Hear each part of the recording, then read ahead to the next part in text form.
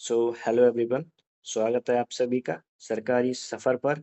आज हम UP triple S C PET 2026 के लिए अपनी दूसरी क्लास लेकर आए हैं, जिसमें हम करेंगे भारतीय राष्ट्रीय आंदोलन इंडियन नेशनल मूवमेंट को कंप्लीट करेंगे आज पीवाईक्यूज की मदद से, जो कि 2021 से 25 तक के सारे पैट के जो 14 शिफ्ट हुई हैं उनका सारे के सारे पीवाईक्यूज रखे हैं और विद थ्योरी के साथ करेंगे, ताकि एक क्लास में ही हम अपने भारतीय राष्ट्रीय आंदोलन को ख़त्म कर लें। ठीक है, हमारी एक क्लास हिस्ट्री की हो चुकी है, जो कि मैंने 1 घंटे के आसपास का समय लिया और आपके सारे के सारे पीवाईक्यूज विद थ्योरी करवा दिया गया है। और क्योंकि आपके एग्जाम में करंट अफेयर बहुत ही महत्वपूर्ण रोल प्ले करती है, 10 क्वेश्चन इसके आते हैं, तो उसकी भी हम मंथली करंट अफेयर चलवा रहे हैं, जिसमें हम टॉप 100 क्वेश्चन करते हैं जो कि एग्जाम में आने लायक होते हैं।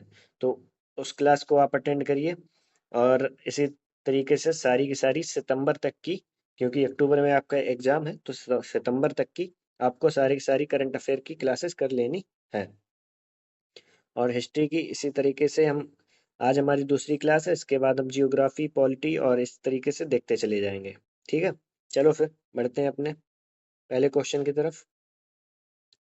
पुर्तगालियों द्वारा निर्मित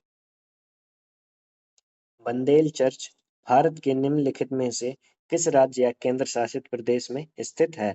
पश्चिम बंगाल में है, या गोवा में है, या उड़ीसा में है, या फिर आपके पुडुचेरी में है? तो ये आपका बंदेल चर्च जो है ना, वो आपके पश्चिम बंगाल में, ऑप्शन ए राइट आंसर हो जाएगा, पश्चिम बंगाल में है। हमने अगली स्लाइड पर इसका आंसर भी मेंशन किया है और एक्स्ट्रा फैक्ट में हमने सारी की सारी थ्योरी को लिख रखा है, उसे भी हम करेंगे। तो यह चर्च पश्चिम बंगाल के हुगली जिले के बंदेल शहर में स्थित है। इसकी स्थापना कब हुई? 1599 में हुई थी और 1632 में इसे मुगलों द्वारा पूरी तरह नष्ट कर दिया गया था। बाद में 1660 में इसका पुनर्निर्माण रिबिल्ट किया गया है। ठीक है, अगला क्वेश्चन। राष्ट्रवाद की पहली स्पष्ट अभिव्यक्ति निम्नलिखित में से किस क्रांति के साथ हुई? औद्योगिक क्रांति के साथ, अमेरिकी क्रांति के साथ, रूसी क्रांति के साथ, या फिर आपके फ्रांसीसी क्रांति के साथ? तो पहली स्पष्ट अभिव्यक्ति हुई थी आपकी फ्रांसीसी क्रांति के साथ, फ्रेंच रेवोल्यूशन के साथ पहली अभिव्यक्ति हुई थी। फ्रांसीसी क्रांति कब हुई? 1789 में हुई थी। इसी क्रांति में दुनिया को स्वतंत्रता, लिबर्टी, समानता, इक्वालिटी और बंधुत्व, फ्रेटर्निटी का विचार मिला था। इंपॉर्टेंट है, आप इसे याद रखेंगे फ्रेंच रेवोल्यूशन को। कोलकाता स्थित फोर्ट विलियम कॉलेज की स्थापना वर्ष 1800 में किसके द्वारा की गई थी? लॉर्ड विलियम बेंटिक के द्वारा, रिचर्ड बेलेजली के द्वारा, वॉरेन हेस्टिंग्स के द्वारा, या फिर जोनाथन डंकन के द्वारा? तो ये किया गया था आपके ऑप्शन बी, रिचर्ड बेलीजली के द्वारा स्थापना की गई थी। फोर्ट विलियम कॉलेज की स्थापना की गई थी। रिचर्ड बेलीजली का जो कार्यकाल टेन्योर था वो 1798 से 1805 तक था। फोर्ट विलियम कॉलेज को स्थापित करने का मुख्य उद्देश्य सिविल सेवकों, सिविल सर्वेंट्स को प्रशिक्षण देना था। बेलीजली के समय में ही 1799 में चौथा आंग्ल मराठा युद्ध, फोर्थ एंग्लो मैसूर वॉर, और 1803 से 1805 के बीच द्वितीय आंग्ल मराठा युद्ध हुआ था। इन्होंने ही भारत में सहायक संधि की शुरुआत की थी। काफ़ी इंपॉर्टेंट पॉइंट है, जो भी मैं ये एक्स्ट्रा फैक्ट में करवा रहा हूँ, इन्हें आप ध्यान से पढ़ेंगे और 2-3 बार पढ़ लेंगे, या फिर आप क्लास को 2-3 बार देख लीजिएगा। फास्ट स्पीड पे लगा के पहली बार आपको नॉर्मल देख लेना, उसके बाद 1.5x या 2x पर आपको ये देख लेंगे, तो आपको बहुत ही ज़्यादा फायदा होगा। ठीक है, अगला question. Bengal British East India society की स्थापना कब हुई थी? 20 अप्रैल 1834 को, 20 अप्रैल 1844 को, 21 अप्रैल 1843 को, या फिर 20 अप्रैल 1843 को हुई थी?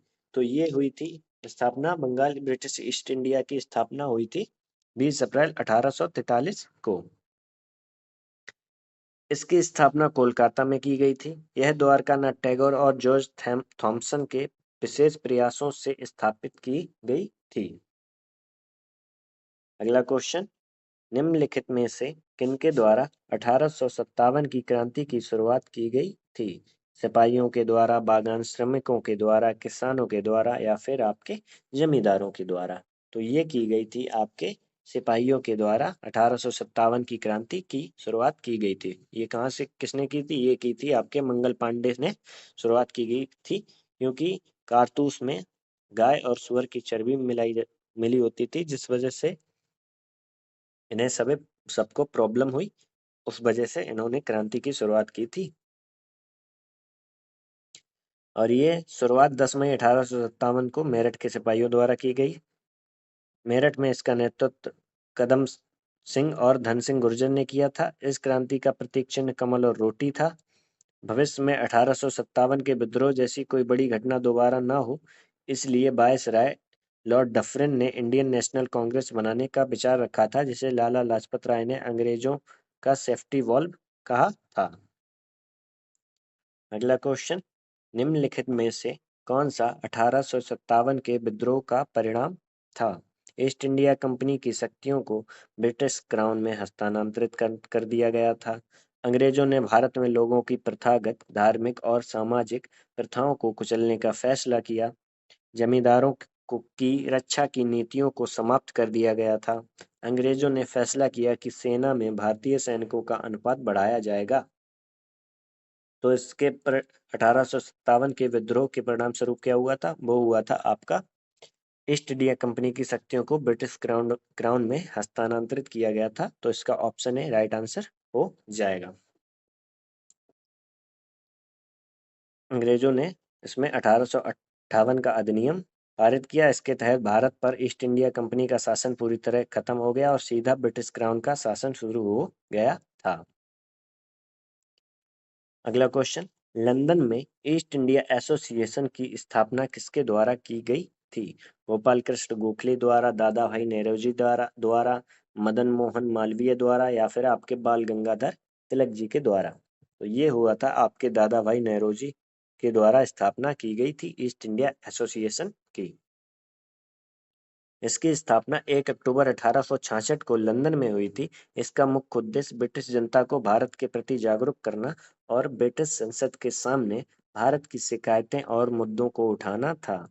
दादा भाई नौरोजी को भारत का ग्रैंड ओल्ड मैन या वयोवृद्ध पुरुष कहा जाता है। ये इंपॉर्टेंट पॉइंट है। इन्होंने ही 1885 में कांग्रेस के पहले अधिवेशन में इंडियन नेशनल यूनियन का नाम बदलकर इंडियन नेशनल कांग्रेस रखने का सुझाव दिया था और ये कांग्रेस के 3 बार अध्यक्ष भी रहे हैं। अगला क्वेश्चन, भारत में थियोसॉफिकल सोसाइटी का नेता कौन था? एनी बेसेंट थी, एम जी रानाडे थे, या फिर गोपाल कृष्ण गोखले, या फिर बाल गंगाधर तिलक जी? तो इसका जो नेता था वो मतलब थी एनी बेसेंट। ऑप्शन ए इसका राइट आंसर हो जाएगा। एनी बेसेंट इसकी नेता थी। इसकी स्थापना 1875 में अमेरिका के न्यूयॉर्क में मैडम ब्लावत्स्की और कर्नल ऑलकॉट द्वारा की गई थी। 1882 में इसका मुख्यालय भारत के मद्रास में अडयार मद्रास में स्थापित किया गया है। एनी बेसेंट एक आयरिश महिला थी, आयरलैंड की थी, जो 1889 में इस सोसाइटी से जुड़ी और 1907 में कर्नल ऑलकॉट की मृत्यु के बाद इसकी अध्यक्ष बनी थी। एनी बेसेंट 1917 के कलकत्ता अधिवेशन में कांग्रेस की पहली महिला अध्यक्ष भी बनी थी। काफी इंपॉर्टेंट है एनी बेसेंट, आप इनके बारे में जरूर पढ़ लीजिएगा। अनुशीलन समिति कहाँ का मुख्यालय कहाँ है? मुंबई में है, कलकत्ता में है, मद्रास में है, या फिर पूना में है? तो वो आपका कहाँ हो जाएगा? कलकत्ता में अनुशीलन समिति का मुख्यालय हो जाएगा। इसकी स्थापना 24 मार्च 1902 को बंगाल में हुई थी। इसके संस्थापक प्रमथ नाथ मित्र और सतीश चंद्र बसु थे। अन्य प्रमुख सदस्यों में जतीन्द्र नाथ बनर्जी और बारिंद्र कुमार घोष शामिल थे। अनुशीलन समिति के 2 मुख्य केंद्र थे, कौन कौन से? कलकत्ता और ढाका था। इसका उद्देश्य सशस्त्र क्रांति के माध्यम से ब्रिटिश क्राउन को समाप्त करना था और 1907 में इसे क्रांतिकारी संगठन के रूप में इसे पुनर्गठित कर दिया गया था। 10वां क्वेश्चन अपना, लंदन में भारतीय होम रूल सोसाइटी की स्थापना किसके द्वारा की गई थी? श्याम जी कृष्ण वर्मा के द्वारा, सरदार सिंह राणा जी के द्वारा, कृष्णा स्वामी अय्यर के द्वारा, मदन लाल ढींगरा के द्वारा? तो ये किया गया था आपके ऑप्शन ए श्यामजी कृष्ण वर्मा के द्वारा किया गया था। इसकी स्थापना जो है ना 1905 में लंदन में श्याम कृष्ण जी वर्मा ने की थी। इस सोसाइटी का मुख्य उद्देश्य भारत में स्वराज की स्थापना करना था। इसके एक प्रमुख सदस्य मदन लाल ढींगरा थे, जिन्होंने श्याम जी कृष्ण वर्मा को प्रताड़ित करने के कारण जुलाई 1909 में लंदन में कर्जन वायली की गोली मारकर हत्या कर दी थी, जिसके लिए उन्हें अगस्त 1909 में फांसी दे दी गई थी। बढ़ते हैं अपने अगले क्वेश्चन पर। इनमें से किसे भारत का ग्रैंड ओल्ड मैन के नाम से जाना जाता है? सुरेश सुरेंद्रनाथ बनर्जी को, फिरोज शाह मेहता को, डब्ल्यू सी बनर्जी को, दादा भाई नेहरू को। तो ये क्वेश्चन हमने अभी किया था। ग्रैंड ओल्ड मैन किसे कहा जाता है? तो वो कहा जाता है आपके दादा भाई नेहरू जी को ग्रैंड ओल्ड मैन भी कहा जाता है। ये लिखा हुआ है। इन्होंने 1885 में, ये भी हम पढ़ चुके हैं, और ये कांग्रेस के कुल 3 बार कब-कब रहे थे, ये हमने नहीं पढ़ा था, तो इसे आप देख लेंगे। 1886 में, 1893 में और 1906 में इन्होंने अध्यक्षता की थी, और 1906 के कलकत्ता अधिवेशन में इन्होंने पहली बार स्वराज की मांग की थी। अगला क्वेश्चन, सन 1915 से 16 में किसके नेतृत्व में 2 होम रूल लीग शुरू हुई? तिलक और अरविंद के, घोष के, या तिलक और बिपिन चंद्र पाल जी के, या तिलक और लाला लाजपत राय के, या फिर एनी बेसेंट और लोकमान्य तिलक के? तो ये शुरू हुआ था आपके एनी बेसेंट और लोकमान्य तिलक जी ने ये शुरू किया था। बाल गंगाधर तिलक ने अप्रैल 1916 में पुणे में होम रूल लीग की स्थापना की थी, जो केवल महाराष्ट्र और कर्नाटक तक सीमित थी, मुंबई को छोड़कर। ठीक है, और इन्होंने मराठा और केसरी पत्रिकाओं के माध्यम से इसका प्रचार किया था। वहीं एनी बेसेंट ने सितंबर 1916 में मद्रास के अडयार में Akhil Bharatiya home rule league की स्थापना की, जिसका प्रचार न्यू इंडिया और कॉमनवेल्थ पत्रिकाओं से किया गया। इनका मुख्य उद्देश्य स्वशासन सेल्फ गवर्नमेंट की स्थापना करना था, और 1920 में इस Akhil Bharatiya home rule league के अध्यक्ष जो है ना महात्मा गांधी बन गए थे। करो या मरो का नारा किसने दिया? महात्मा गांधी ने दिया, सुभाष चंद्र बोस ने दिया, जवाहरलाल नेहरू ने दिया, या फिर आपके सरदार पटेल ने दिया था? तो ये दिया था आपके महात्मा गांधी जी ने करो या मरो का नारा दिया था। ऑप्शन ए इसका राइट आंसर हो जाएगा। ये कब दिया था? ये दिया था 8 अगस्त 1942 को, भारत छोड़ो आंदोलन, क्विट इंडिया मूवमेंट के शुरुआत में बोला था। ठीक है, अंग्रेजों भारत छोड़ो का मूल नारा यूसुफ मेहर अली द्वारा गढ़ा गया था। इसके अलावा सुभाष चंद्र बोस जी ने दिल्ली चलो और तुम मुझे खून दो, मैं तुम्हें आज़ादी दूंगा जैसे प्रसिद्ध नारे दिए थे, जबकि लाल बहादुर शास्त्री जी ने मरो नहीं मारो का नारा दिया था। तो ये इम्पोर्टेंट नारे हैं, ये किसने दिए थे आप याद रखेंगे। ठीक है, अगला क्वेश्चन, सुभाष चंद्र बोस ने भारतीय राष्ट्रीय कांग्रेस के अध्यक्ष पद से इस्तीफा दिया, तो इस पद का प्रस्ताव किसे दिया गया था? जेबी कृपलानी को दिया गया था, डॉक्टर राजेंद्र प्रसाद को दिया गया था, पट्टाभी सीतारमैया को दिया गया था, या फिर आपके जवाहरलाल नेहरू को दिया गया था? तो ये दिया गया था आपके doctor Rajendra Prasad. Option B इसका राइट आंसर हो जाएगा। 1939 के त्रिपुरी अधिवेशन में सुभाष चंद्र बोस जी और गांधी जी द्वारा समर्थित उम्मीदवार पट्टाभी सीतारमैया के बीच अध्यक्ष पद के लिए सीधा चुनाव हुआ था, जिसमें सुभाष चंद्र बोस जी की जीत हुई थी। लेकिन लेकिन गांधी जी से बढ़ते वैचारिक विवादों के कारण सुभाष चंद्र बोस जी ने अपना अध्यक्ष पद त्याग दिया था, जिसके बाद डॉक्टर राजेंद्र प्रसाद जी को यह पद सौंपा गया, और त्याग पत्र देने के बाद सुभाष चंद्र बोस जी ने 1939 में ही फॉरवर्ड ब्लॉक की स्थापना कर दी थी। अगला question, Bengal British East India society की स्थापना कब हुई थी? 20 अप्रैल 1834 को, 20 अप्रैल 1844 को, 21 अप्रैल 1843 को, या फिर भाई 20 अप्रैल 1843 को? तो ये स्थापना हुई थी आपकी 20 अप्रैल 1843 को। कब? 20 अप्रैल 1843 को हुई थी। ये क्वेश्चन शायद रिपीट हो गया, आई एम सॉरी। एक दो क्वेश्चन हो सकते हैं, ये रिपीट हो गया, ध्यान नहीं दिया। चलो बढ़ते हैं अब अगले क्वेश्चन पर, टाइम वेस्ट नहीं करते हैं। लंदन में ईस्ट इंडियन एसोसिएशन की स्थापना किसके द्वारा की गई थी? गोपाल कृष्ण गोखले द्वारा, दादा भाई नौरोजी द्वारा, मदन मोहन मालवीय द्वारा, या फिर आपके बाल गंगाधर तिलक जी के द्वारा? तो ये किया गया था आपके दादा भाई नौरोजी जी के द्वारा ईस्ट इंडियन एसोसिएशन की स्थापना की गई थी, और ये लंदन में की थी। ये क्वेश्चन भी रिपीट है, सॉरी, आई एम सॉरी। अगला क्वेश्चन, एक बार फिर आई एम सॉरी, शायद ये कुछ गलती हो गई हमसे। हाँ, अभी सही है। भारत का संविधान पहली बार 1928 में डैश द्वारा तैयार किया गया था? मोतीलाल नेहरू जी के द्वारा, महात्मा गांधी जी के द्वारा, बीबी गिरी जी के द्वारा, या फिर राजेंद्र प्रसाद जी के द्वारा? तो ये किया गया था आपके मोतीलाल नेहरू जी के द्वारा, पहला संविधान भारत का तैयार किया गया था। 1928 में मोतीलाल नेहरू जी की अध्यक्षता में नेहरू रिपोर्ट तैयार की गई थी, जो भारत के लिए पहली प्रस्तावित संविधान माना जाता है। इस रिपोर्ट में मुख्य रूप से डोमिनियन स्टेट, मौलिक अधिकार, फंडामेंटल राइट्स, संयुक्त निर्वाचन और सांप्रदायिक प्रतिनिधित्व जैसी अहम मांगे की गई थीं। अगला क्वेश्चन, इट्स रिपीटेड अगेन यार, व्हाट आई।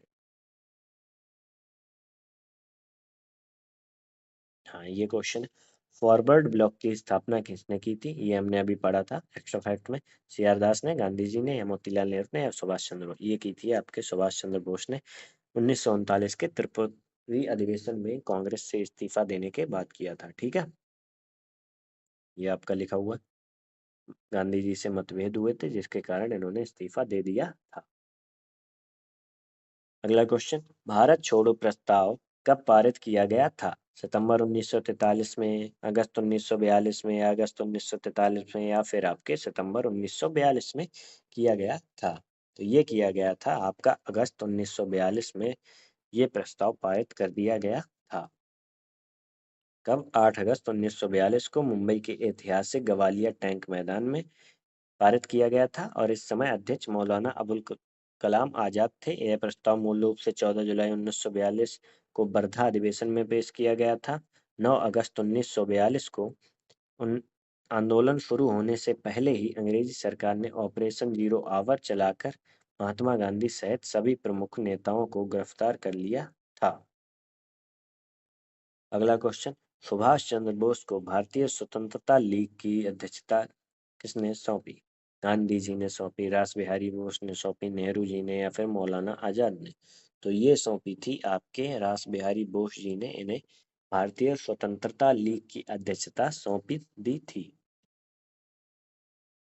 इसकी स्थापना भारतीय स्वतंत्रता लीग की 1942 में रास बिहारी बोस द्वारा टोक्यो जापान में की गई थी। बाद में 4 जुलाई 1943 को सिंगापुर में आयोजित एक बैठक के दौरान रास बिहारी बोस ने इसकी अध्यक्षता सुभाष चंद्र बोस जी को सौंप दी थी। अगला क्वेश्चन, भारत में थियोसॉफिकल सोसाइटी का नेता कौन था? एनी बेसेंट थी, एमजी रानाडे थे, या गोपाल कृष्ण गोखले, या फिर आपके बाल गंगाधर तिलक थे? तो इसकी एनी बेसेंट जी थी। 1875 में अमेरिका के न्यूयॉर्क में, अबे यार ये फिर से शायद रिपीटेड है, आई एम सॉरी, सॉरी, यहाँ अगले क्वेश्चन में बढ़ते हैं। हाँ, ये सही है। भारतीय स्वतंत्रता आंदोलन में किस दिन को प्रत्यक्ष कार्रवाई दिवस के रूप में मनाया गया? 13 अगस्त 1946 को, 14 अगस्त 1946 को, 15 अगस्त 1947 को, या फिर 16 अगस्त 1946 को? तो ये हुआ था आपका 16 अगस्त 1946 को हुआ था। ठीक है, प्रत्यक्ष कार्रवाई दिवस की घोषणा मुस्लिम लीग के नेता मोहम्मद अली जिन्ना द्वारा की गई थी। इसका मुख्य उद्देश्य पाकिस्तान की मांग का कड़ा समर्थन करना था। इस दिन को इतिहास में द ग्रेट कलकत्ता किलिंग के नाम से भी जाना जाता है, क्योंकि इस दौरान भारी दंगे हुए थे। अगला क्वेश्चन, भारतीय स्वतंत्रता के पश्चात सामुदायिक विकास कार्यक्रम की शुरुआत डैश में हुई थी? 1952 में हुई, 1964 में हुई, 1982, या फिर 1976 में हुई थी? तो ये हुई थी आपके 1952 में। कब? 1952 में हुई थी शुरुआत? इसकी शुरुआत 2 अक्टूबर 1952 को महात्मा गांधी जी के जन्मदिन के अवसर पर की गई थी। इसका मुख्य उद्देश्य भारत की ग्रामीण क्षेत्रों में सामाजिक और आर्थिक विकास करना था। ठीक है। अगला क्वेश्चन, शिमला सम्मेलन किस वर्ष आयोजित किया गया था? 1947 में, 1944 में, 1946 में या फिर आपके 1945 में किया गया था? तो ये शुरू हुआ था आपका कब? 1945 में। ऑप्शन डी इसका राइट आंसर हो जाएगा। शिमला सम्मेलन 25 जून से 14 जुलाई 1945 तक आयोजित किया गया था। इसके प्रतिनिधि मौलाना अबुल कलाम आज़ाद थे और इसका प्रतिनिधित्व मोहम्मद अली जिन्ना ने किया था। यह सम्मेलन विफल हो गया था क्योंकि जिन्ना ने अपनी मांगों को लेकर मना कर दिया था। अगला क्वेश्चन, भारत में अंतिम ब्रिटिश वायसराय कौन था? राजगोपालाचारी, रिपन, माउंटबेटन या फिर आपका कैनिंग? तो राजगोपालाचारी तो हो नहीं सकते, एक ऑप्शन तो आपका कट ही जाता है यहाँ से। तो कौन था? वो थे आपके लॉर्ड माउंटबेटन। कौन? लॉर्ड माउंटबेटन थे। 1947 से 48 तक ये स्वतंत्र भारत के प्रथम गवर्नर जनरल और भारत के अंतिम ब्रिटिश वायसराय थे। भारत का प्रथम वायसराय लॉर्ड कैनिंग था। वहीं सी राजगोपालाचारी स्वतंत्र भारत के प्रथम और अंतिम वायसराय या गवर्नर जनरल 1938 से ये 48 से 50 तक थे। ठीक है। अगला क्वेश्चन, लंदन में भारतीय होम रूल सोसाइटी की स्थापना किसके द्वारा की गई थी? श्यामजी कृष्ण वर्मा के द्वारा, सरदार सिंह राणा के द्वारा, कृष्ण स्वामी अय्यर के द्वारा या फिर मदनलाल ठींगरा के द्वारा? तो ये किया गया था आपके ऑप्शन है श्यामजी कृष्ण वर्मा जी के द्वारा और ये 1905 में लंदन में किया गया था। इसमें भारत में स्वराज की स्थापना करना था इसका उद्देश्य और जुलाई 1909 में इसी सोसाइटी के मदन लाल ढींगरा ने लंदन में करजन वायली की हत्या कर दी थी, जिसके परिणाम स्वरूप ढींगरा को अगस्त 1909 में फांसी दी गई थी। अगला क्वेश्चन, राजा जी के नाम से कौन जाना जाता था? राजेंद्र प्रसाद जी, जवाहरलाल नेहरू, सी राजगोपालाचारी या फिर आपके सुभाष चंद्र बोस? तो ये जाने जाते थे आपके सी राजगोपालाचारी, राजा जी के नाम से जाने जाते थे। यह स्वतंत्र भारत के पहले और अंतिम भारतीय गवर्नर जनरल भी रहे थे। इन्हें वर्ष 1954 में भारत के सर्वोच्च नागरिक सम्मान भारत रत्न से भी सम्मानित किया गया था। अगला क्वेश्चन, हिंदुस्तान रिपब्लिकन एसोसिएशन की स्थापना किस वर्ष हुई थी? 1921 में, 1934 में, 1922 में या फिर आपके 1924 में? तो इसकी स्थापना हुई थी आपके ऑप्शन डी 1924 में हिंदुस्तान रिपब्लिकन एसोसिएशन की स्थापना की गई थी। अक्टूबर 1924 में हुई थी। कानपुर में सचिंद्र नाथ सान्याल जी के नेतृत्व में इसकी स्थापना की गई थी। इसका उद्देश्य क्रांतिकारी गतिविधियों के माध्यम से समाजवादी संघीय गणतंत्र की स्थापना करना था। इसी संगठन के सदस्यों ने 9 अगस्त 1925 को ऐतिहासिक काकोरी ट्रेन एक्शन को अंजाम दिया था। अगला क्वेश्चन, निम्नलिखित में से किसने अपने सहयोगियों को यह महसूस करने के लिए प्रेरित किया था कि संविधान सभा ब्रिटिश निर्मित थी और ब्रिटिश योजनाओं पर काम कर रही थी जैसा कि ब्रिटिश चाहते थे कि इस पर काम किया जाए? अब्दुल निस्तार ने कहा था, वल्लभ भाई पटेल जी ने, सोमनाथ लाहिड़ी ने या आपके सी राजगोपालाचारी ने कहा था? तो ये कहा था आपके ऑप्शन सी सोमनाथ लाहिड़ी जी ने ये कहा था। सोमनाथ लाहिड़ी भारत के एक प्रमुख कम्युनिस्ट नेता थे। संविधान सभा की बहसों के दौरान इन्होंने ही अपने सहयोगियों को यह याद दिलाने का प्रयास किया था कि यह सभा पूरी तरह से स्वतंत्र नहीं थी, बल्कि ब्रिटिश योजनाओं द्वारा और उनके द्वारा तय किए गए ढांचे के अधीन काम कर रही थी। ऐसा सोमनाथ लाहिड़ी जी ने कहा था। अगला क्वेश्चन, चितरंजन दास और मोतीलाल नेहरू ने परिषद राजनीति में वापसी पर बहस करने के लिए कांग्रेस के भीतर निम्नलिखित में से किस राजनीतिक दल का गठन किया था? हिंदुस्तान सोशलिस्ट रिपब्लिक एसोसिएशन का, द इंडियन लीग का, दी मुंबई प्रेसिडेंसी का? इसमें आपका एक ऑप्शन कट रहा है, आई एम सॉरी, बट इसका जो आंसर है वो होगा आपका ऑप्शन सी, दी बॉम्बे प्रेसिडेंसी एसोसिएशन। कौन सा? दी बॉम्बे प्रेसिडेंसी एसोसिएशन। तो इसमें चौथा ऑप्शन आपका कट रहा है जो कि है आपका ऑप्शन डी, स्वराज पार्टी। कौन सा ऑप्शन हो जाएगा आपका? हो जाएगा स्वराज पार्टी, चौथा ऑप्शन है, और यही आपका सही आंसर भी होगा। ठीक है, यहाँ पर भी लिखा हो स्वराज पार्टी। स्वराज पार्टी की स्थापना 1923 में प्रयागराज इलाहाबाद में की गई थी। इसके संस्थापक और अध्यक्ष CR दास चितरंजन दास थे, जिन्हें देशबंधु भी कहा जाता है, और इसके महासचिव मोतीलाल नेहरू थे। 1922 के गया अधिवेशन में CR दास अध्यक्ष थे, और वहीं से त्याग पत्र देकर इन्होंने इस पार्टी का गठन किया था, जिसका मुख्य उद्देश्य भारत को स्वराज दिलाना और परिषदों के चुनाव में हिस्सा लेना था। अगला क्वेश्चन, कांग्रेस का वह अधिवेशन कहाँ हुआ था जिसमें महात्मा गांधी ने अन्य नेताओं को खिलाफत के साथ साथ स्वराज के समर्थन में असहयोग आंदोलन शुरू करने की आवश्यकता के बारे में आश्वस्त किया था? कलकत्ता में, बॉम्बे में, नागपुर में, या फिर आपके लाहौर में? तो ये किया था आपके ऑप्शन है कलकत्ता में। कहाँ? ऑप्शन है कलकत्ता में।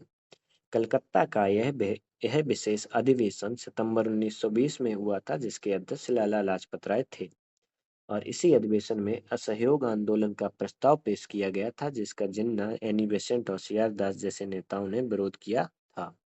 इसके बाद दिसंबर 1920 के नागपुर अधिवेशन में, जिसके अध्यक्ष B राघवाचारी थे, असहयोग आंदोलन के प्रस्ताव की अंतिम रूप से पुष्टि की गई, जिसका लक्ष्य 1 वर्ष में स्वराज प्राप्त करना था।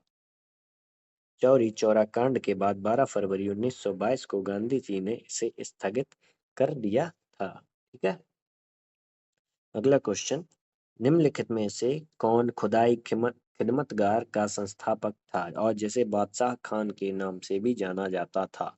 मौलाना अबुल कलाम आजाद, सैयद अहमद खान, खान अब्दुल गफ्फार खान, या फिर आपके हकीम अजमल खान? तो वे थे आपके खान अब्दुल गफ्फार खान को बादशाह खान के नाम से भी जाना जाता था।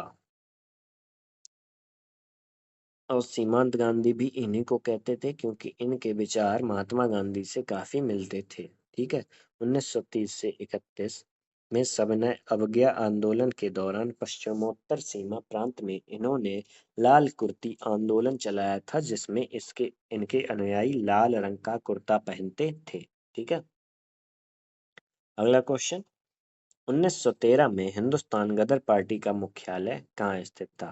कलकत्ता में, दिल्ली में, सैन फ्रांसिस्को में, लाहौर में? तो ये था आपके कहाँ? सैन फ्रांसिस्को में स्थित था। और इसकी गदर पार्टी की स्थापना 1 नवंबर 1913 को अमेरिका के सैन फ्रांसिस्को में प्रशांत महासागर के तट पर हुई थी। इसका मुख्यालय युगांतर आश्रम में था। इसके मुख्य संस्थापक और सचिव लाला हरदयाल थे, तथा अध्यक्ष सरदार सोहन सिंह भावना थे। इस पार्टी को प्रशांत तट का हिंदी संघ भी कहा जाता था, और इन्होंने गदर नामक पत्र का प्रकाशन किया था, जिसका पहला अंक उर्दू भाषा में निकाला गया था। भारतीय राष्ट्रीय आंदोलन की निम्नलिखित घटनाओं को उनके घटित होने के वर्ष से मिलाएं।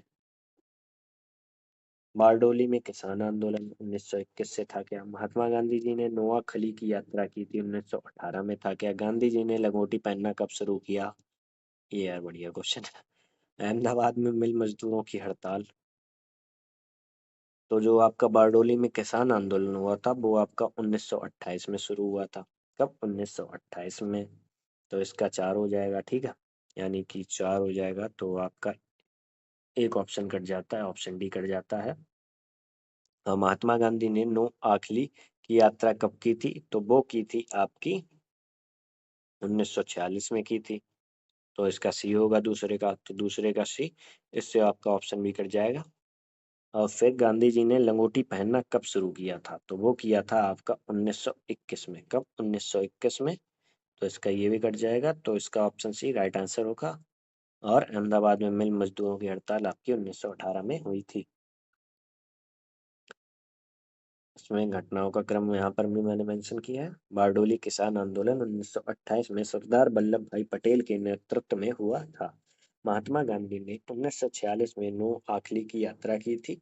गांधी जी ने 1921 में अपने कपड़े त्याग कर लंगोटी पहनना शुरू किया। और अहमदाबाद मिल मजदूर आंदोलन 1918 में हुआ था, जिसमें गांधी जी ने पहली बार भूख हड़ताल की थी और मिल मालिकों को 35 प्रतिशत प्लेग बोनस देने के लिए मजबूर किया था। अगला क्वेश्चन, वर्ष 1922 में असहयोग आंदोलन को निलंबित करने के बाद गांधी जी को अहमदाबाद में गिरफ्तार कर लिया गया और कितने वर्षों के साधारण कारावास की सजा सुनाई? 4 वर्षों की, 3 वर्षों की, 8 वर्षों की या फिर 6 वर्षों की? तो इन्हें सजा सुनाई थी कुल कितनी? कुल 6 वर्षों की सजा इन्हें सुनाई गई थी। ऑप्शन डी राइट आंसर होगा। चौरी चौरा की हिंसक घटना के बाद जब गांधी जी ने असहयोग आंदोलन वापस लिया तो उन्हें 10 मार्च 1922 को गिरफ्तार कर लिया गया था और न्यायाधीश ब्रूमफील्ड द्वारा इन्हें 6 साल की सजा सुनाई गई थी। हालांकि जेल में उनका स्वास्थ्य खराब हो गया था, जिसके कारण ब्रिटिश सरकार ने उन्हें 5 फरवरी 1924 को ही रिहा कर दिया। जेल से छूटने के बाद उसी वर्ष 1924 में गांधी जी ने बेलगांव कर्नाटक अधिवेशन की अध्यक्षता की, जो उनके जीवन का एकमात्र कांग्रेस अध्यक्षीय कार्यकाल था। ठीक है, बढ़ चुके हैं अपने 40वें क्वेश्चन की तरफ। भारत सरकार अधिनियम 1935 भारत के लिए ब्रिटिश संसद द्वारा पारित सबसे लंबा अधिनियम था। मूल रूप से पारित अधिनियम बहुत लंबा होने के कारण दो अलग-अलग अधिनियमों में विभाजित किया गया था, अर्थात भारत सरकार अधिनियम 1935 और कौन सा होगा आपका? ढाका सरकार अधिनियम 1935, बर्मा सरकार अधिनियम 1935, व्हाइट सरकार 1935 या फिर क्रिप्स सरकार अधिनियम 1935। तो वो होगा आपका कौन सा? बर्मा सरकार अधिनियम 1935 में अमार। ठीक है, मेंशन है। इसी 1935 के अधिनियम के प्रावधानों के आधार पर वर्ष 1937 में बर्मा, वर्तमान म्यांमार को भारत से पूरी तरह अलग कर दिया गया था। भारत सरकार अधिनियम 1935 का भारतीय संविधान पर सबसे गहरा प्रभाव पड़ा है और इसी अधिनियम के द्वारा प्रांतों में लगा हुआ द्वैध शासन समाप्त कर दिया गया था और केंद्र के स्तर पर द्वैध शासन की शुरुआत की गई थी। ठीक है, हमारा अगला क्वेश्चन, बंगाल के विभाजन ने पूरे भारत में लोगों को क्रोधित कर दिया था और डेल्टा आंध्र के डेल्टा क्षेत्र में स्वदेशी आंदोलन हुआ था। इसे निम्नलिखित में से किस नाम से जाना जाता था? होम रूल आंदोलन, वंदे आंदोलन या वंदे मातरम आंदोलन या फिर आपका क्रांतिकारी आंदोलन? तो इसे जाना जाता था आपके ऑप्शन सी वंदे मातरम आंदोलन के नाम से जाना जाता था। स्वदेशी आंदोलन की औपचारिक घोषणा 7 अगस्त 1905 को कलकत्ता के टाउन हॉल में की गई थी, जो लॉर्ड कर्जन द्वारा 20 जुलाई 1905 को की गई थी। बंगाल विभाजन की घोषणा के विरोध में ये किया गया था। ठीक है, आंध्र प्रदेश के तटीय क्षेत्रों में इस आंदोलन का नेतृत्व सर्वोत्तम राव जी ने किया था और वहां इसे स्वदेशी आंदोलन को वंदे मातरम आंदोलन के नाम से जाना जाता था। 13 जून 1943 को सुभाष चंद्र बोस निम्नलिखित में से किस निमंत्रण पर पूर्वी एशिया आए थे? रास बिहारी जी के, बारेंद्र कुमार घोष के, शरत चंद्र बोस के या फिर आपके चित्तरंजन दास के? तो वो आए थे आपके ऑप्शन है रास बिहारी बोस से। ठीक है, और इन्होंने इंडियन इंडिपेंडेंस लीग, भारतीय स्वतंत्रता लीग की स्थापना 1942 में टोक्यो जापान में की। बाद में सुभाष चंद्र बोस जी को को निमंत्रण दिया और 4 जुलाई 1943 को वो सिंगापुर में एक बैठक के दौरान आए थे, जहां पर उन्होंने अध्यक्षता भी की थी। ठीक है, और राष बिहारी बोस जी ने 1912 के दिल्ली बम कांड में भी मुख्य भूमिका निभाई थी। अगला क्वेश्चन, 1920 में उत्तर प्रदेश के प्रतापगढ़ जिले में पहला किसान मार्च किसके द्वारा आयोजित किया गया था? महात्मा गांधी जी के द्वारा, जवाहरलाल नेहरू जी के द्वारा, मोतीलाल नेहरू जी के द्वारा या फिर आपके सरदार वल्लभ भाई पटेल के द्वारा? तो ये किया गया था आपके ऑप्शन बी जवाहरलाल नेहरू जी के द्वारा ये शुरू किया गया था। इस किसान मार्च का आयोजन पंडित जवाहरलाल नेहरू ने किया था। इसे मोतीलाल नेहरू जी का भी समर्थन प्राप्त था। जमीनी स्तर पर इस किसान मार्च का नेतृत्व मुख्य रूप से बाबा रामचंद्र और स्थानीय नेता झिंगुरी सिंह द्वारा किया गया था। अगला क्वेश्चन, मोतीलाल तेजावत भारतीय राष्ट्रीय आंदोलन के दौरान एक प्रसिद्ध व्यक्ति थे। वह भारत के निम्नलिखित में से किस क्षेत्र से संबंधित थे? मध्य प्रदेश से संबंधित थे, आपके हरियाणा से या फिर गुजरात से या फिर आपके राजस्थान से संबंधित थे? तो मोतीलाल तेजावत आपके राजस्थान से संबंधित थे। ऑप्शन डी इसका राइट आंसर हो जाएगा। मेंशन है। इन्होंने वर्तमान राजस्थान और गुजरात के सीमावर्ती आदिवासी क्षेत्रों में आदिवासियों और किसानों के अधिकार के लिए कड़ा संघर्ष किया था और उनके उत्थान के लिए महत्वपूर्ण कार्य किए थे। आपका अगला क्वेश्चन, निम्नलिखित में से किसके नेतृत्व में मंडी षड्यंत्र हुआ? आजाद हिंद फौज के, गद्दार पार्टी के, हिंदुस्तान सोशलिस्ट रिपब्लिकन एसोसिएशन के, या फिर अभिनव भारत सीक्रेट सोसाइटी के?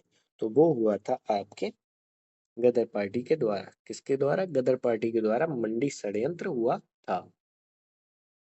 ये 1914 से 15 के बीच में हुआ था। इसके प्रमुख नेता मियां जवाहर सिंह और रानी खैरागढ़ी थे। इस षड्यंत्र का मुख्य उद्देश्य अंग्रेजों के खिलाफ बगावत करना, मंडी के वजीर को हटाना और सरकारी खजाना लूटना और ब्यास नदी के पुल को उड़ाना था। अगला क्वेश्चन, निम्नलिखित में से किसने भारतीय राष्ट्रीय आंदोलन के दौरान 16 अगस्त 1946 को प्रत्यक्ष कार्रवाई दिवस मनाया था? मुस्लिम लीग ने, भारतीय राष्ट्रीय कांग्रेस ने, या फिर आपके आजाद हिंद फौज ने, या फिर आपके स्वराज पार्टी ने? तो ये मनाया था आपके मुस्लिम लीग ने। किसने? मुस्लिम लीग ने ये मनाया था। प्रत्यक्ष कार्रवाई दिवस की घोषणा मुस्लिम लीग के नेता मोहम्मद अली जिन्ना ने की थी और इसमें मुख्य उद्देश्य उनका अलग राष्ट्र पाकिस्तान बनाने के लिए था। इस दिन भारी सांप्रदायिक दंगे हुए थे जिसके कारण इसे इतिहास में द ग्रेट कलकत्ता किलिंग के नाम से भी जाना जाता था। अगला क्वेश्चन, भूदान ग्रामदान आंदोलन निम्नलिखित में से किसके द्वारा शुरू किया गया था? विनोबा भावे जी के द्वारा, एम के गांधी जी के द्वारा, या फिर आपके जयप्रकाश नारायण के द्वारा, या फिर आपके आचार्य कृपलानी जी के द्वारा? तो ये शुरू किया गया था आपके विनोबा भावे जी के द्वारा। किसके द्वारा? विनोबा भावे जी के द्वारा। आचार्य विनोबा भावे जी ने भारत की स्वतंत्रता के बाद 1951 में भूदान आंदोलन की शुरुआत वर्तमान में तेलंगाना के पोचमपल्ली गांव से की थी। इसका मुख्य उद्देश्य जिनके पास ज्यादा जमीनें हैं उन्हें अपनी इच्छा से भूमिहीनों को जमीन दान करने के लिए प्रेरित करना था इनका उद्देश्य। और विनोबा भावे जी ने महाराष्ट्र में पवनार आश्रम की स्थापना भी की थी और ये 1940 में गांधी जी द्वारा चलाए गए व्यक्तिगत सत्याग्रह के पहले सत्याग्रही वे ग्रही भी थे। ठीक है। अगला क्वेश्चन, दांडी नमक यात्रा के दौरान निम्नलिखित में से किस सामाजिक कार्यकर्ता ने गांधी जी को आंदोलनों को केवल पुरुषों तक सीमित न रखने के लिए राजी किया था? पंडिता रमाबाई ने, कमला देवी चट्टोपाध्याय ने, मैडम कामा ने, या फिर इनमें से कोई भी नहीं, नन ऑफ दीज ने? तो वो किया था आपके कमला देवी चट्टोपाध्याय ने इन्हें राजी किया था।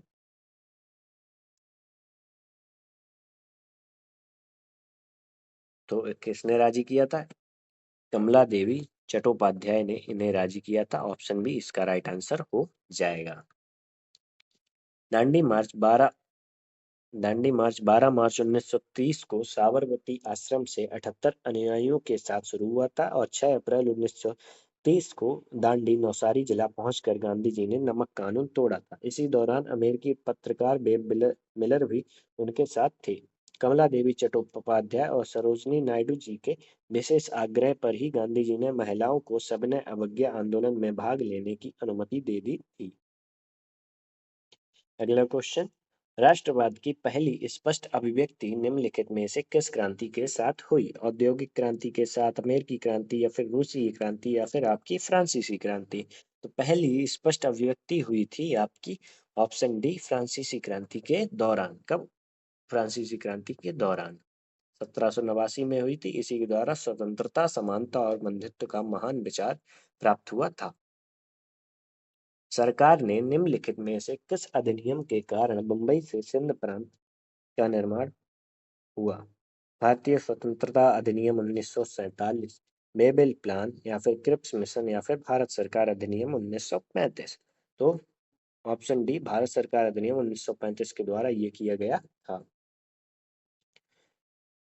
दो नए प्रांत सिंध और उड़ीसा का निर्माण किया गया था 1935 के अधिनियम से। इस अधिनियम के प्रावधानों के तहत वर्ष 1937 में बर्मा, वर्तमान म्यांमार को भी भारत से पूरी तरह अलग कर दिया गया था। इसके अलावा इस अधिनियम द्वारा प्रांतों में द्वैध शासन को समाप्त करके केंद्र में द्वैत शासन की शुरुआत इसी के द्वारा की गई थी। अगला क्वेश्चन, प्रसिद्ध युद्ध का नारा चलो दिल्ली किसने दिया था? लाला लाजपत राय ने दिया था, सुभाष चंद्र बोस जी ने दिया था, भगत सिंह ने दिया था, या फिर आपके सॉरी चंद्रशेखर आजाद जी ने दिया था? तो ये दिया था आपके ऑप्शन बी, सुभाष चंद्र बोस जी ने चलो दिल्ली का नारा दिया था। एक और नारा दिया था, तुम मुझे खून दो मैं तुम्हें आजादी दूंगा। ठीक है। 1940 में गांधी जी द्वारा चलाए गए व्यक्तिगत सत्याग्रह को भी दिल्ली चलो आंदोलन कहा गया था, ये भी आप ध्यान रखेंगे। और सुभाष चंद्र बोस जी ने, मैंने आपको ये बताया, चलो तुम मुझे खून दो मैं तुम्हें आजादी दूंगा, भी इन्होंने ही दिया था। 1930 में महात्मा गांधी द्वारा सविनय अवज्ञा आंदोलन शुरू करने का कारण था, इनमें से पहले नंबर पे ही रख दिया। ब्रिटिश शासन की बुराइयों को दूर करने के लिए 11 सूत्री कार्यक्रम वाले एक पत्र के माध्यम से वायसराय को बताना, नमक कानून तोड़ने के लिए दांडी मार्च, लोगों से पूर्ण स्वराज प्रतिज्ञा लेने के लिए कहने हेतु। तो ये किया था आपके ऑप्शन भी, ब्रिटिश शासन की बुराइयों को दूर करने के लिए 11 सूत्री कार्यक्रम वाले एक पत्र के माध्यम से वायसराय को बताना। ठीक है। गांधी जी ने वायसराय इरविन को 11 सूत्री मांगों का एक पत्र भेजा था, जिसे न मानने के कारण सविनय अवज्ञा आंदोलन शुरू करने का निर्णय लिया गया था। इसकी शुरुआत 12 मार्च 1930 को साबरमती आश्रम से दांडी मार्च के साथ हुई थी और 6 अप्रैल 1930 को दांडी पहुंचकर गांधी जी ने नमक कानून तोड़ दिया था। अगला क्वेश्चन, निम्नलिखित में से कौन सा 1857 के विद्रोह का परिणाम था?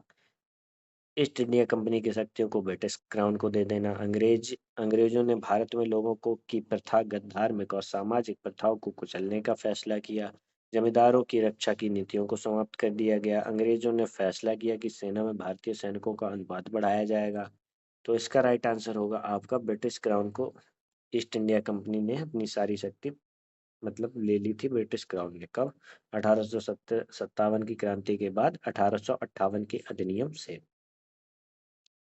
अगला क्वेश्चन, निम्नलिखित में से कौन स्वतंत्र भारत का पहला भारतीय गवर्नर जनरल था?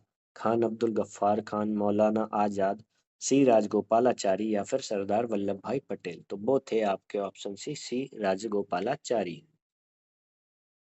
ये पहले गवर्नर जनरल थे 1948 से 50 तक, और प्रथम ब्रिटिश वायसराय लॉर्ड कैनिंग था और स्वतंत्र भारत का प्रथम गवर्नर जनरल लॉर्ड माउंटबेटन था। अगला क्वेश्चन, निम्नलिखित में से किस अधिनियम द्वारा बर्मा को भारत से अलग किया गया था? भारत सरकार अधिनियम 1935 के द्वारा, रानी की उद्घोषणा के द्वारा, मिंटो मार्ले सुधार के द्वारा, या फिर मॉन्टेग्यू चेम्सफोर्ड सुधार 1919 के द्वारा?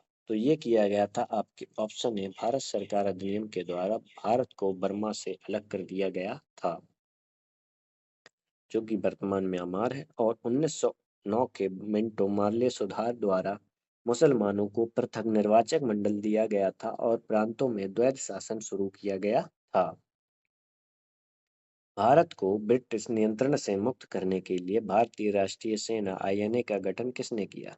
रास बिहारी बोस ने, भगत सिंह ने, मोहन सिंह ने, या फिर आपके सुभाष चंद्र बोस ने? तो ये किया था आपके मोहन सिंह जी ने। ऑप्शन सी इसका राइट आंसर होगा, भारतीय राष्ट्रीय सेना का गठन।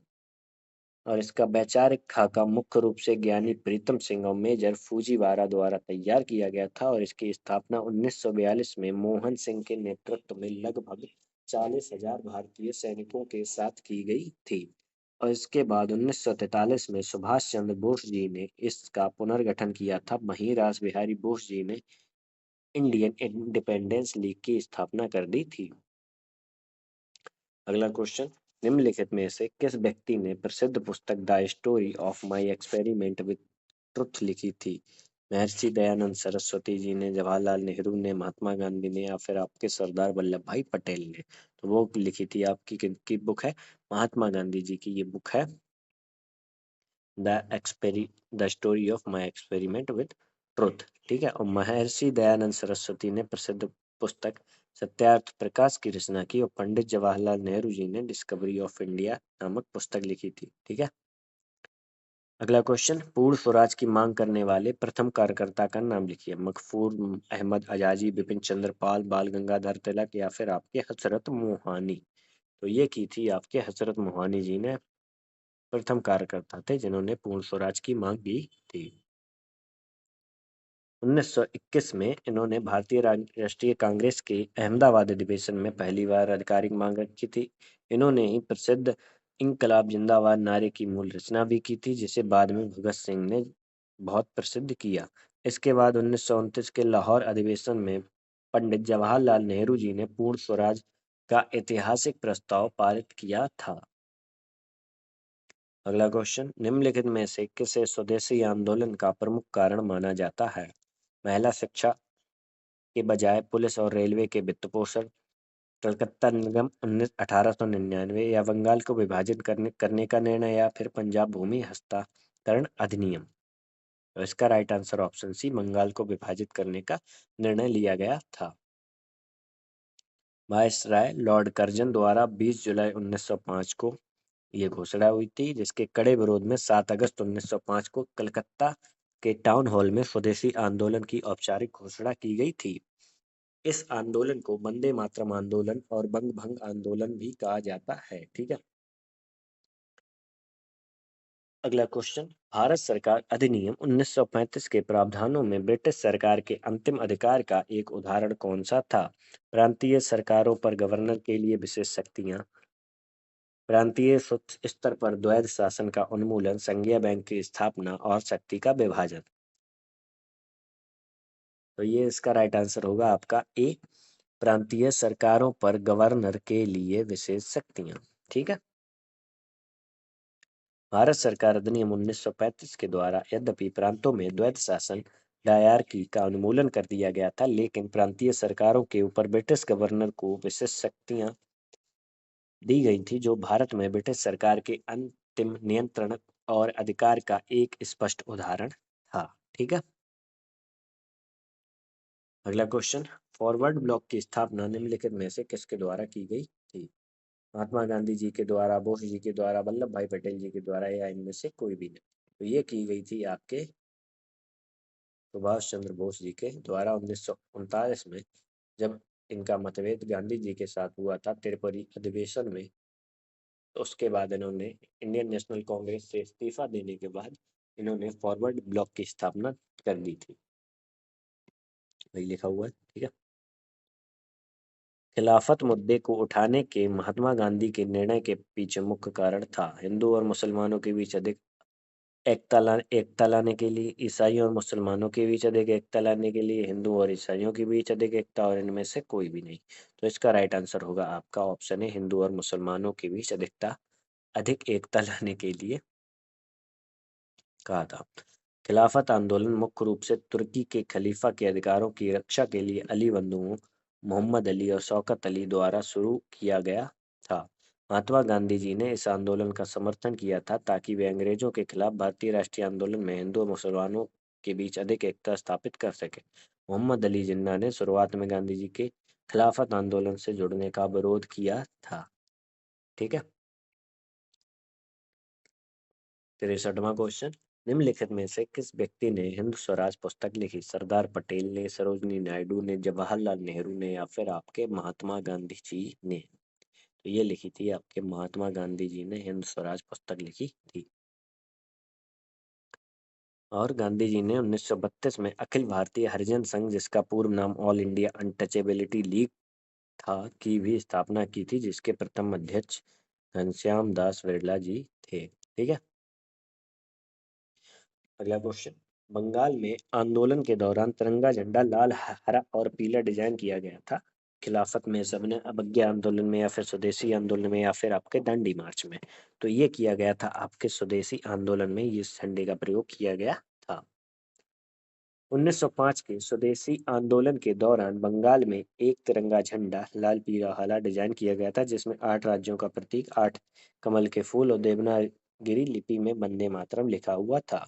22 अगस्त 1907 को विदेशी धरती जर्मनी के स्टुटगार्ट पर पहली बार मैडम बीकाजी कामा द्वारा भी इसी प्रकार का भारतीय तिरंगा फहराया गया था, जिन्हें इतिहास में भारतीय क्रांति की जननी कहा जाता है। ठीक है। अगला क्वेश्चन, खलीफा की अस्थायी शक्तियों की रक्षा के लिए मार्च में बॉम्बे में एक खिलाफत समिति का गठन किया गया था। 1919 में, 1931, 1909 या फिर 1930 में। तो वो किया गया था आपके 1919 में। ऑप्शन है इसका राइट आंसर हो जाएगा। तुर्की ओटोमन साम्राज्य में एक मुस्लिम पवित्र स्थानों पर खलीफा का नियंत्रण बनाए रखने के लिए और खलीफा की शक्तियों की रक्षा के लिए मार्च 1919 में मुंबई में खिलाफत समिति का गठन किया गया था। खिलाफत आंदोलन 1919 से 1924 तक चला था, जिसका मुख्य नेतृत्व अली बंधुओं ने किया था। ठीक है। अगला क्वेश्चन, निम्नलिखित में से किनके द्वारा 1857 की क्रांति की शुरुआत की गई थी? सिपाहियों द्वारा, बागवान श्रमिकों द्वारा, किसानों द्वारा या फिर जमींदारों द्वारा? तो ये की गई थी आपके सिपाहियों के द्वारा। ठीक है, किसके द्वारा? सिपाहियों के द्वारा मेरठ में कदम सिंह और धन सिंह गुर्जर ने किया था। ठीक है। अगला क्वेश्चन, निम्नलिखित में से कौन सी घटना की प्रतिक्रिया में भारत छोड़ो आंदोलन चलाया गया था? कैबिनेट मिशन प्लान में, बेबेल प्लान में या फिर साइमन कमीशन रिपोर्ट में या फिर क्रिप्स मिशन की विफलता में? तो भारत छोड़ो आंदोलन चलाया गया था आपके क्रिप्स मिशन की विफलता के प्रतिक्रिया में ये चलाया गया था।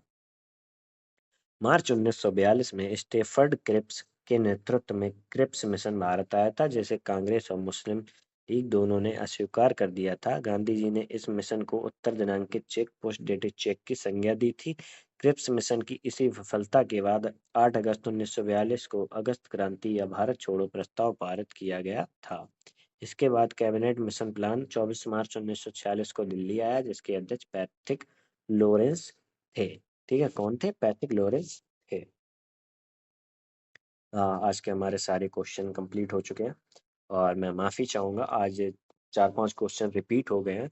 आगे से आने वाली क्लासेस में ये बिल्कुल भी आपको रिपीटेशन देखने को नहीं मिलेगा और जो रिपीट हुए हैं उनके लिए आई एम सॉरी। और बाकी अगर आपको क्लास अच्छी लगी हो तो हमें सपोर्ट करिएगा और थैंक यू सो मच हमसे जुड़ने के लिए। और उम्मीद है अगर आपको अच्छी लगी हो तो आप सपोर्ट करेंगे और हम आगे भी क्लासेस चलाएँगे। इसी तरीके से 50 मिनट से 1 घंटे के बीच में क्लासेस रहा करेंगे और सारे एमपीवाईक्यूज देख देख लेंगे।